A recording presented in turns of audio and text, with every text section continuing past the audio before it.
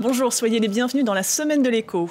La COP30 peut-elle relancer l'action climatique? Une édition sans les États-Unis, avec une Europe qui rogne sur ses ambitions, recul sur le devoir de vigilance des entreprises, objectifs climatiques assortis de crédit carbone. L'Europe est-elle en train de renoncer à son rôle de leader?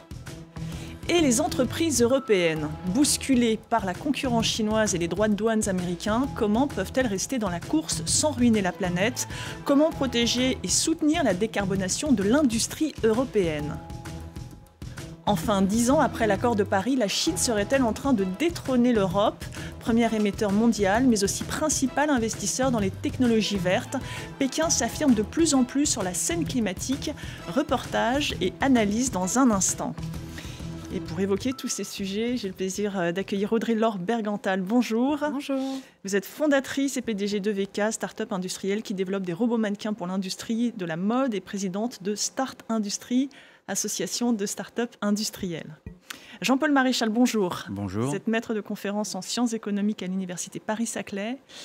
Clément Fournier, bonjour. Bonjour. Vous êtes journaliste économie durable pour le site d'information Novétique. Et Nicolas Bergmans, bonjour. Bonjour. Vous êtes directeur du programme Nouvelles politiques industrielles à l'Institut du développement durable et des relations internationales, l'IDRI.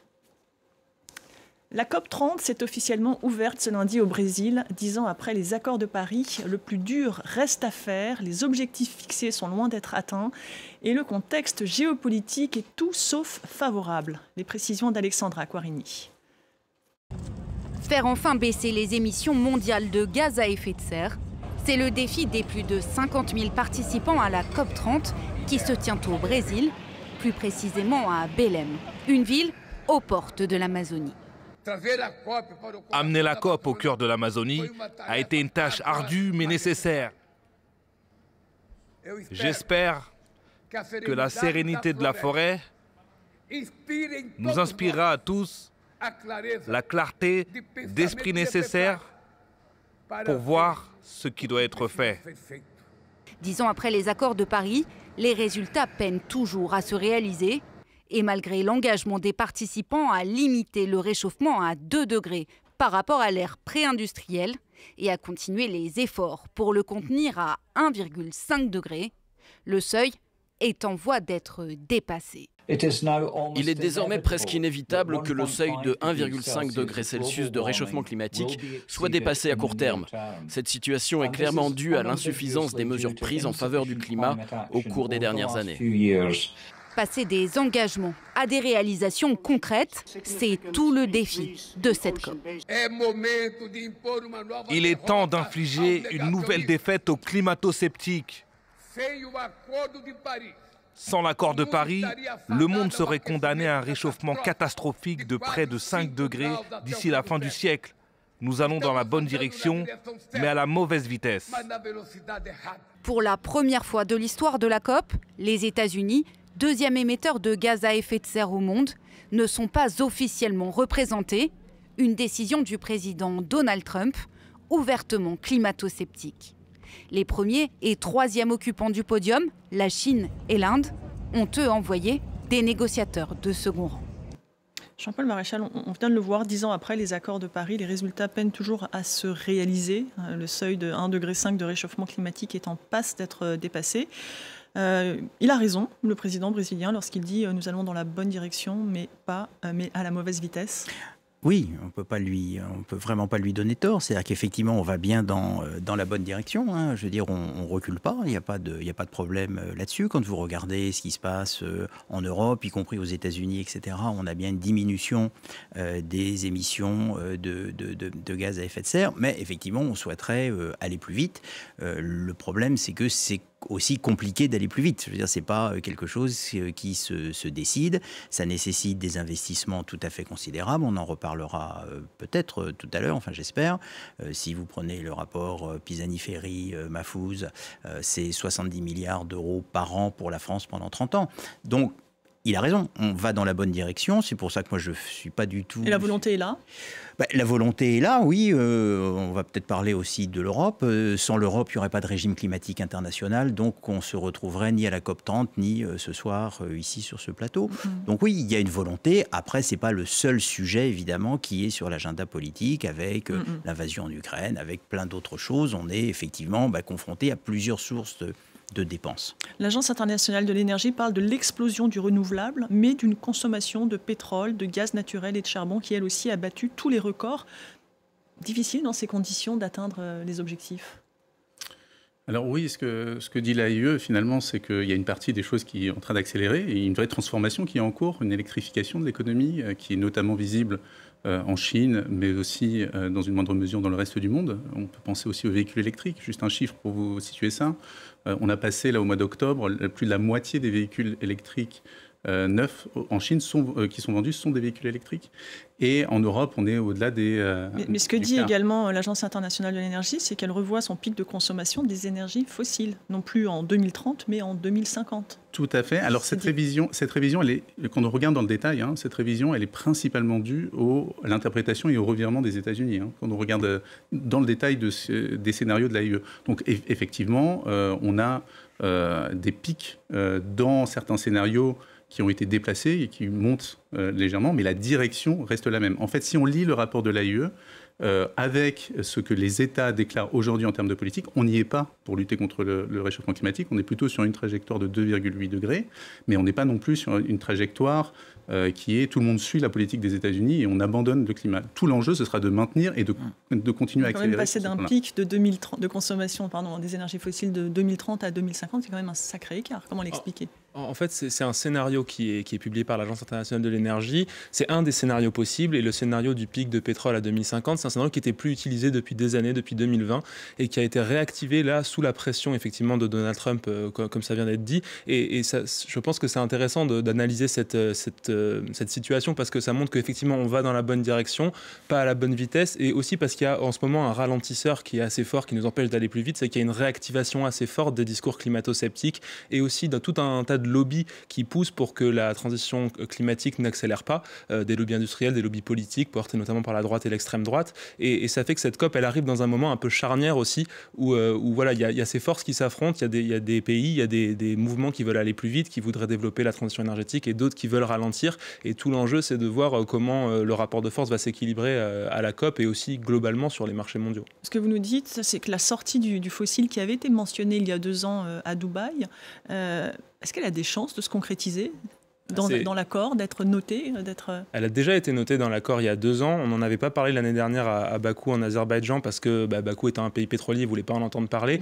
Dubaï également. Dubaï également, mais on avait quand même réussi à mettre cette idée de la sortie des énergies fossiles dans l'accord. Et je pense que la COP30 de cette année laisse un espace pour justement progresser sur cette question de la sortie des énergies fossiles, pour voir comment on peut la mettre en œuvre. Et on est vraiment sur une COP où il faut réfléchir à comment on va mettre en œuvre les choses qui ont été actées dans les précédentes COP, et c'est là que tout va se jouer en fait. C'est sur comment on met en œuvre cette sortie des énergies fossiles. Alors une COP sans les États-Unis et avec un Donald Trump qui est prêt à brandir des menaces tarifaires ou tout autre pour empêcher la moindre avancée.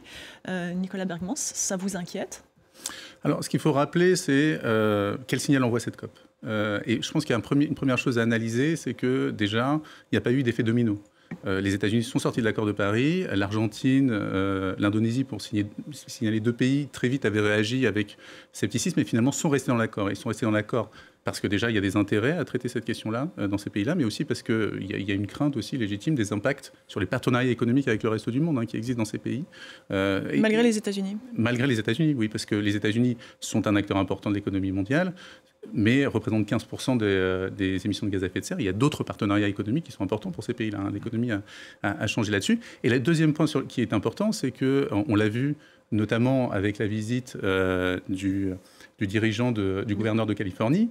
Il y a aussi un signal qui est envoyé par d'autres acteurs des États-Unis qui montre bien qu'il y a des parties prenantes aux États-Unis qui continuent à parier sur ces dynamiques de transition et qui ont des vrais moyens d'action. Les États aux États-Unis ont la capacité de soutenir le développement de certaines filières qu'on peut appeler de la clean tech, certainement pas au même niveau que l'État fédéral, mais au moins ça dit quelque chose sur le fait qu'en cas d'alternance politique à terme, aux États-Unis, il y aura un revirement sur cette question climatique certainement, puisque les démocrates et les républicains ne sont pas du tout alignés sur ce point-là.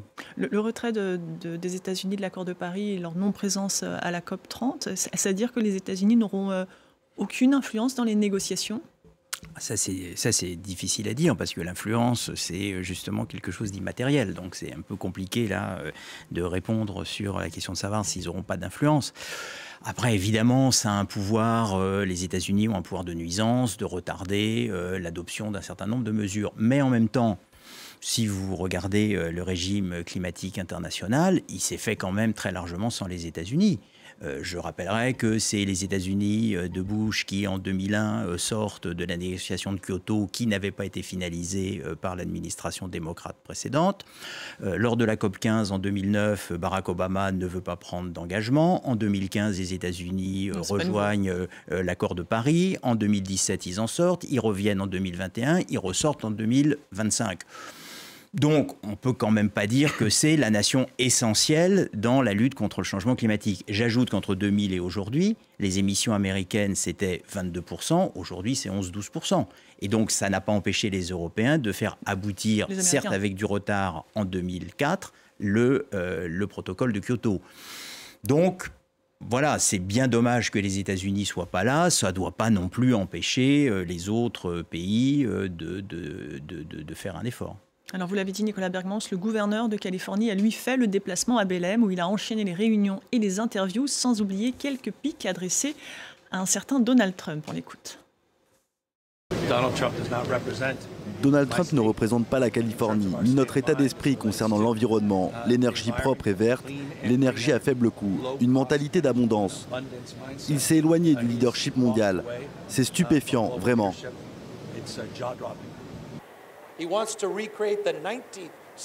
Il veut recréer le 19e siècle. Il redouble d'efforts stupides pour tenter de détruire nos progrès. Et savez-vous qui l'applaudit? Qui chante ses louanges? Le président Xi et la Chine. Il reste en retrait et domine les chaînes d'approvisionnement, domine la fabrication, inonde tout le pays, car ils comprennent l'énorme opportunité économique que représente la transition vers une énergie propre et verte. Audrey Lorberg-Antal, vous voyez sourire face à ce discours politique, on peut le dire, du gouverneur de Californie. Oui, c'est vrai que nous, on voit dans l'écosystème de l'innovation des startups industrielles, que ce soit en Europe ou à l'international, qu'il y a quand même sur le terrain une vraie volonté de s'engager sur des réponses concrètes aux enjeux climatiques. Et nous, on sait que la moitié des solutions de décarbonation, elles sortiront justement de ces startups industrielles qui travaillent d'arrache-pied partout dans le monde à transformer leur industrie et leur écosystème. Donc il y a la réponse politique et puis il y a la réponse de l'économie et du terrain et de la recherche qui rentre dans la vie civile et qui fait que, mine de rien, la conscience sur le terrain est plus forte. Et l'Europe, justement, parlons-en. Le Parlement européen a approuvé un nouvel objectif climatique, réduire de 90% les émissions de gaz à effet de serre d'ici 2040. Dont 5% peut être constitué de l'achat de crédits carbone destinés à financer des projets de décarbonation en dehors de l'Union européenne. Clément Fournier, comment vous qualifierez cet nouvel objectif européen ? Alors, un objectif de réduction de 90% des émissions de gaz à effet de serre, ça reste un objectif qui est très ambitieux. C'est peut-être même certainement l'objectif le plus ambitieux au monde actuellement. C'est un objectif qui est évidemment insuffisant pour atteindre les objectifs climatiques de l'Europe pour être conforme avec l'accord de Paris. Mais ça reste un objectif ambitieux et l'Europe reste en ce sens quand même, il faut le rappeler, un leader de l'action climatique. D'arriver avec ça à la COP, c'est quand même un signal assez fort. Après, il y a effectivement cette question des crédits carbone internationaux qui peuvent compter dans l'objectif des 90%. On sait très bien aujourd'hui que les crédits carbone, c'est une solution qui n'est pas toujours très fiable pour mesurer... Ils sont critiqués, oui. Oui, c'est un dispositif qui est assez critiqué parce qu'ils ne sont pas toujours suivis, il n'y a pas toujours des certifications adaptées qui permettent de vérifier la pertinence et l'efficacité des crédits carbone. C'est-à-dire de planter des arbres au bout du monde. Parfois, on dit que c'est se dédouaner de ses propres objectifs. Oui, ça peut être une manière de tomber dans une forme de manière de se dédouaner, mais l'objectif justement pour l'Europe, l'Europe, c'est de faire émerger un marché des crédits carbone internationaux qui soit justement structuré, qui soit basé sur des certifications solides. C'est ce qui a été annoncé justement par les institutions européennes. Et tout l'enjeu va être là, de voir si ces 5% de crédits carbone internationaux, ils sont basés sur des choses qui sont solides, qui sont certifiées, qui sont de haute qualité, ou si ce sera des crédits carbone comme on peut actuellement le voir, basés sur des projets de reforestation qui sont un peu flous, dont on ne sait pas trop combien d'arbres ont été plantés, combien sont restés plantés après quelques années. Tout l'enjeu va être là, mais ça reste quand même un objectif qui est très ambitieux. Vous êtes d'accord, Nicolas Bergmans ?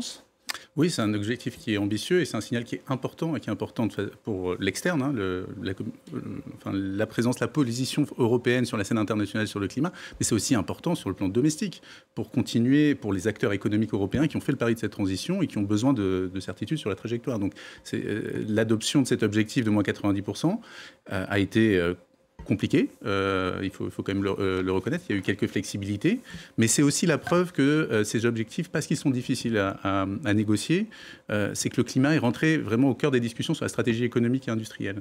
Et en fait, tout l'enjeu pour l'Europe, ça va être, maintenant que cet objectif a été mis sur la table, c'est de mettre en place ce qui permet d'atteindre cet objectif et d'entraîner l'économie européenne. Un des principaux choix qui est devant l'Europe, c'est est-ce qu'on souhaite importer des technologies vertes, notamment de Chine ou d'ailleurs, ou est-ce qu'on souhaite les produire nous-mêmes sur le continent? Et là, il y a un choix majeur qui doit être fait par l'Europe dans les mois et les années à venir. Reste en pointe dans la diplomatie climatique? L'Europe reste en pointe dans la diplomatie climatique, elle reste présente. Je pense que cette COP, c'est les acteurs principaux, Chine, Europe et le Brésil, évidemment, qui jouent un rôle pivot, notamment de courroie de transmission entre les acteurs développés, historiques, à responsabilité sur les émissions de gaz à effet de serre, comme l'Europe, et les acteurs en voie de développement, qui sont très sensibles à la question du financement, notamment. Vous voulez réagir? Oui, non, moi c'est toujours par rapport à l'Europe et à la puissance qu'on a de faire émerger ces solutions. C'est-à-dire qu'on a un écosystème qui permet que des solutions émergent. Maintenant, ce sera à quelle vitesse Voilà. Alors, il y a une...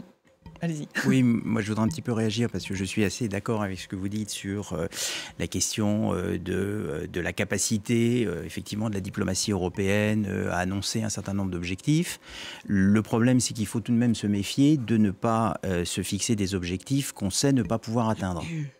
Et là, c'est le cas évidemment. Enfin, je veux dire, tout le monde sait, si on est un tout petit peu raisonnable, qu'on ne peut pas atteindre une diminution de 90% sans éventuellement importer massivement des dispositifs bas carbone chinois.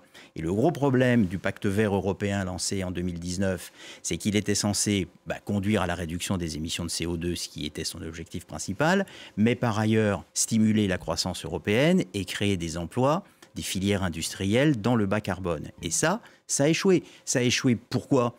Parce que tout simplement, on n'a pas de politique industrielle en Europe. Et c'était en 2023, dans une conférence de presse, M. Frans Timmermans, qui était commissaire européen à la transition écologique, a dit « Je découvre », on était content qu'il attende 2023 pour le faire, que finalement les décisions de politique économique menées par la Chine depuis 10 ans ont désormais un effet. Il nous faut désormais, ajoutait-il, avoir une stratégie.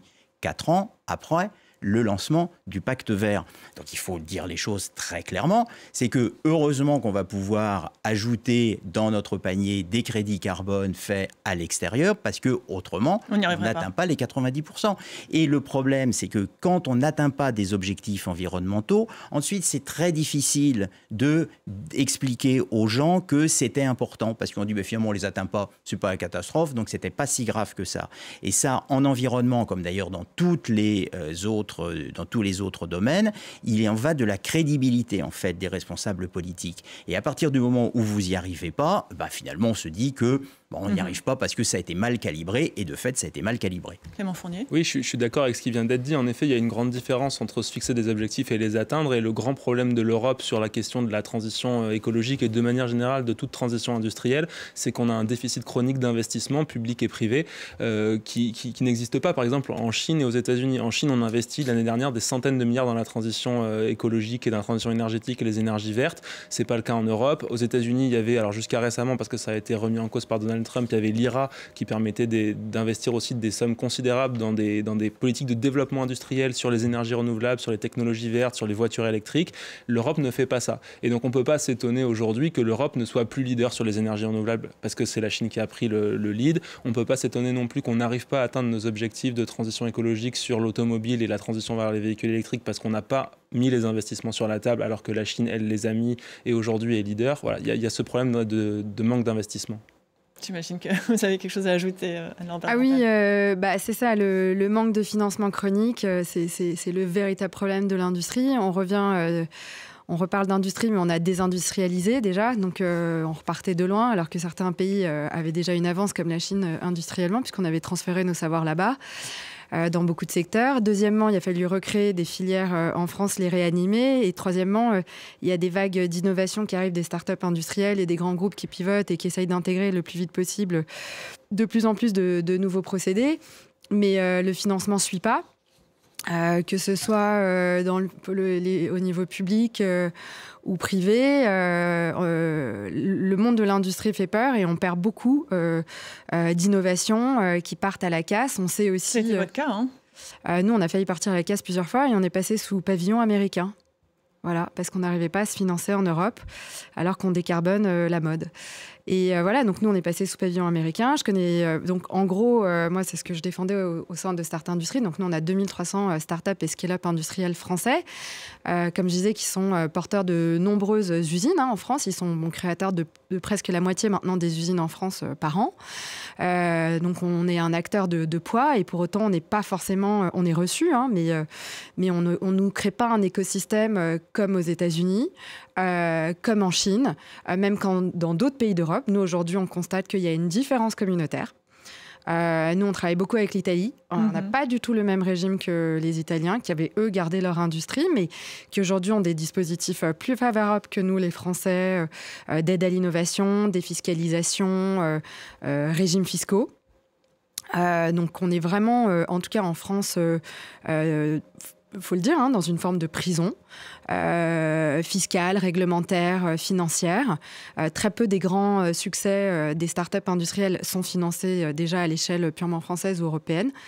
Quand on parle d'accélération pour des solutions qui ont un impact à l'international, ce sont les grands fonds internationaux qui viennent. Donc les sociétés sont sous actionnariat américain, chinois, des Émirats arabes. Donc nous, on est très contents parce que de toute façon, il faut que la solution, elle sorte et qu'elle rayonne.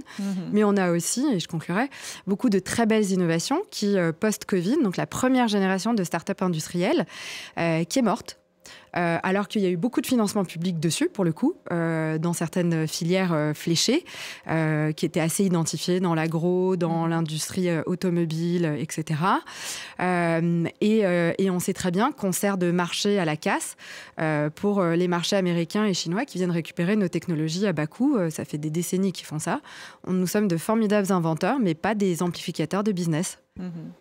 Nicolas Vermont, vous vouliez réagir ? Oui, non, enfin, juste pour confirmer ce qui vient d'être dit, l'enjeu il est bien sur l'investissement et savoir si on est en capacité ici en Europe d'avoir de faire de l'échelle suffisante. Juste pour pointer quelque chose qui me semble fondamental là-dedans, c'est qu'aujourd'hui les compétences des institutions de l'Union européenne sur les questions industrielles sont relativement limitées. On essaie de faire de la politique industrielle, notamment cette commission essaie de le faire dans le cadre du pacte industrie propre, mais finalement ceux qui ont les mains sur beaucoup de choses, ce sont les États membres.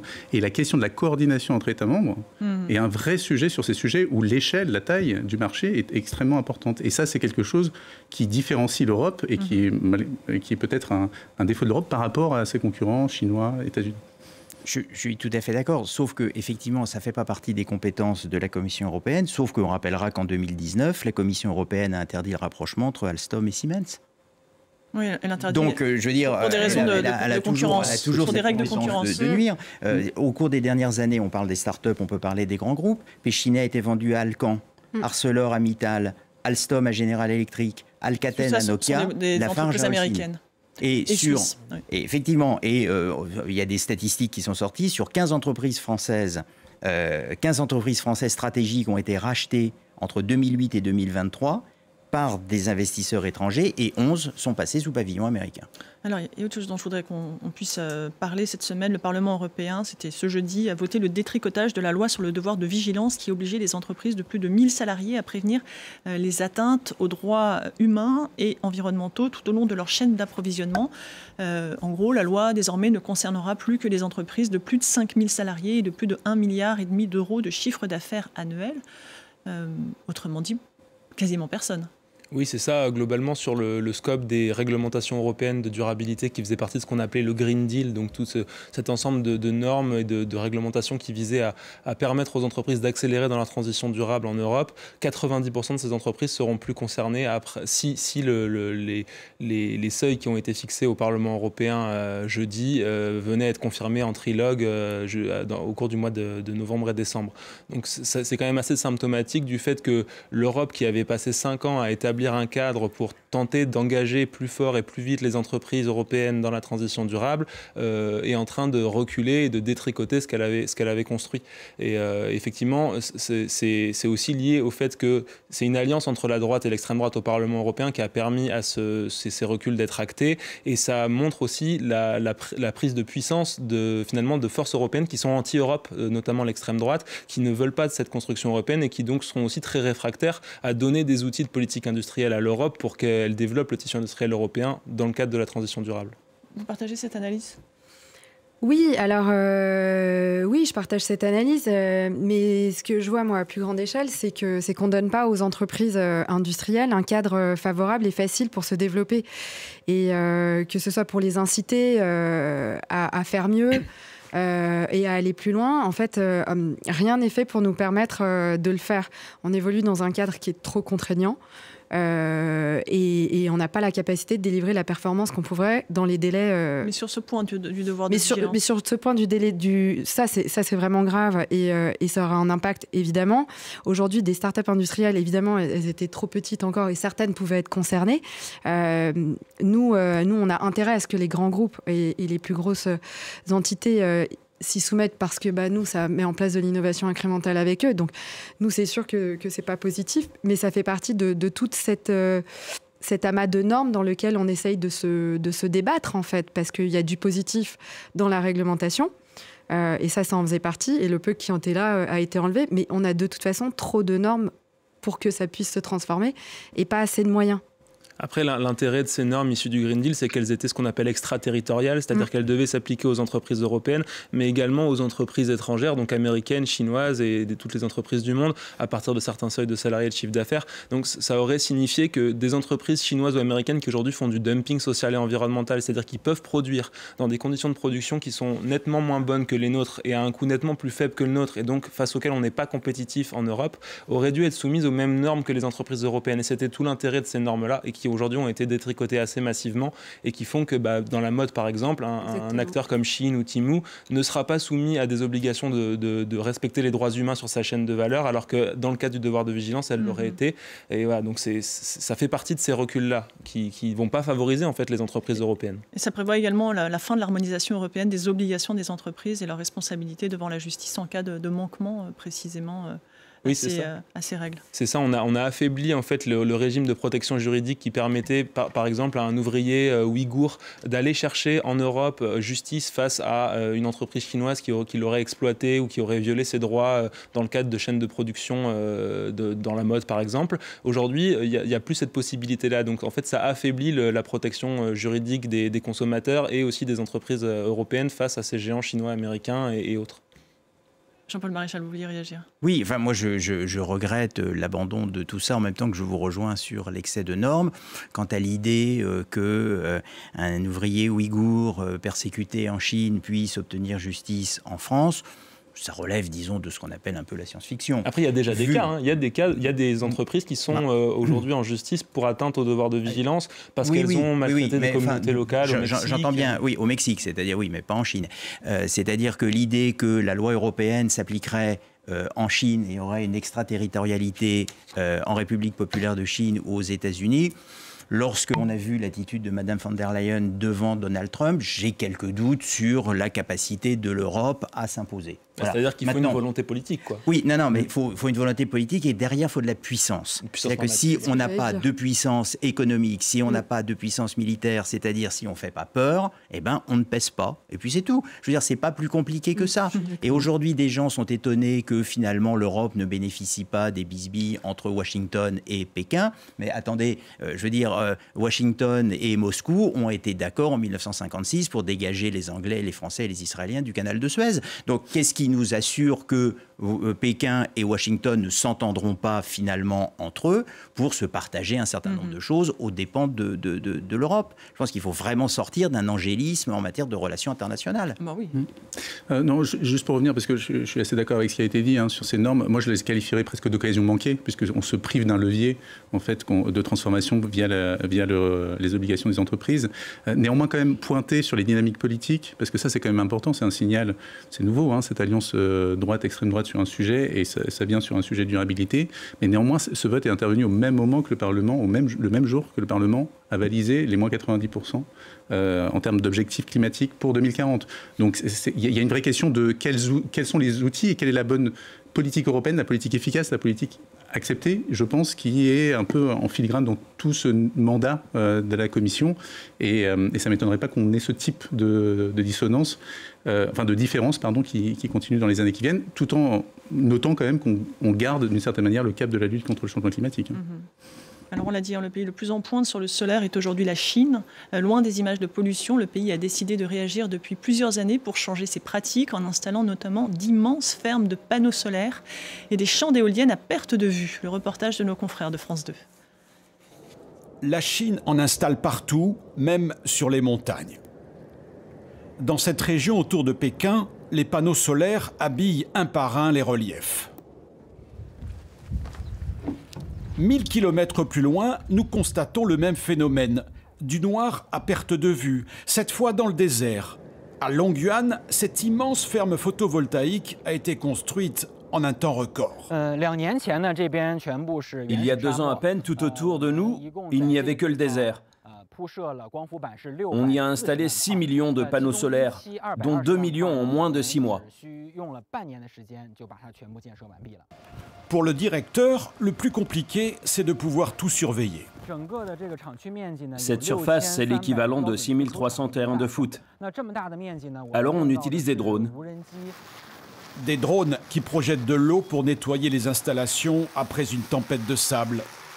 Des drones, encore, cette fois pilotés depuis cette salle de contrôle. Ils surveillent 12 fois par jour l'ensemble du site. Dans notre domaine d'activité, la Chine est aujourd'hui le leader mondial. L'éolien, c'est l'autre chantier, tout aussi ambitieux. Exemple, cette usine. Il y a 3 ans, elle n'existait pas. Aujourd'hui, elle fabrique des éoliennes. Il y a les pales, jusqu'à 130 mètres de long, et dans ce hangar, un alignement de toutes les autres pièces, les rotors, les nacelles ou les moyeux. On construit environ 800 unités par an, mais on peut monter à 1200. Il faut 5 jours pour fabriquer une éolienne, et de ces moules géants sortent les pales en matériaux composites. À l'extérieur, opération impressionnante, cette pale tordue dans tous les sens est en phase de test. On effectue une vérification de résistance pour ce futur modèle. Le test dure de 6 à 8 mois. La pale va être tordue plus de 4 millions de fois. Elle doit pouvoir résister à des vents de 120 km/h. La Chine installe autant d'éoliennes et de parcs solaires que le reste du monde. Elle promet de réduire de 7 à 10% ses émissions de gaz à effet de serre, mais consomme, et c'est un paradoxe, de plus en plus de charbon. 60% de l'électricité du pays aujourd'hui en dépend. C'est sur ce paradoxe que j'aimerais vous entendre, Jean-Paul Maréchal, la Chine qui installe des panneaux solaires et des éoliennes, mais qui continue de construire des centrales au charbon. Tout cela est-il bien compatible? Oui, puisque en fait le paradoxe n'est qu'apparent. La Chine fait à peu près 5% de croissance annuelle sur un PIB qui est à peu près 45% du PIB des États-Unis. Bon. Donc, il faut de l'énergie. il faut produire de l'électricité. Et donc, ils installent évidemment des panneaux solaires, ils installent des éoliennes parce qu'ils ont besoin de plus d'électricité. Et d'ailleurs, toutes ces installations qu'on vient de voir à l'écran, ça sert en réalité à fournir en fait l'équivalent de ce surcroît d'électricité. Mais vous avez besoin aussi de l'électricité dont vous avez besoin avant. Et ça, c'est le charbon, c'est le nucléaire, c'est l'hydroélectricité, etc. C'est les barrages. Et donc aujourd'hui, en fait, la Chine installe beaucoup de panneaux solaires, ce qui lui permet de ne pas installer encore plus de centrales à charbon pour satisfaire ses besoins d'électricité. Donc effectivement, il y a un paradoxe au sens où on dit ils mettent beaucoup de panneaux solaires parce que nous, on est dans l'idée, mais finalement, ça va leur permettre de démanteler des centrales à charbon. En fait, non, c'est parce qu'ils ont besoin de plus en plus d'électricité. Et donc, ces nouvelles installations, en fait, ça vient mordre de l'ordre de 3-4% simplement sur la production d'électricité avec du charbon. Donc effectivement, c'est paradoxal, mais c'est simplement paradoxal en apparence. Je pense que le gouvernement chinois ne peut pas non plus faire autrement. En plus, il a besoin de sources d'énergie pilotables. Et le gros intérêt du charbon, du nucléaire, c'est que c'est pilotable. J'aimerais vous entendre également sur les objectifs que s'est fixé la Chine, qui prévoit de réduire ses rejets de gaz à effet de serre de 7 à 10% d'ici à 2035. Ça paraît peu. Qu'est-ce qui paraît peu, 2035 ou 7 ou 10%? Les deux. C'est-à-dire que, d'abord, la Chine s'était absolument pas engagée à réduire ses émissions de CO2 dans le cadre de l'accord de Paris. Bon, là, ils nous disent, on va baisser de 7 à 10% d'ici 2035 par rapport au pic d'émissions. Donc, ça veut dire qu'on ne connaît pas le niveau du pic. Puisqu'on ne sait pas si pour le moment on est parvenu au pic ou pas. Certains disent oui, d'autres disent non. En fait, on dit oui, peut-être qu'ils décroissent parce qu'on fait des erreurs de calcul et donc peut-être que si on s'est trompé dans le mauvais sens, ils ont commencé à décroître. Bon, donc mettons que les émissions se soient stabilisées telles qu'elles le sont aujourd'hui, admettons 12 milliards de tonnes. Mais on n'en sait rien. Donc on va réduire de 7 à 10% ça d'ici 2035, c'est-à-dire d'ici 10 ans.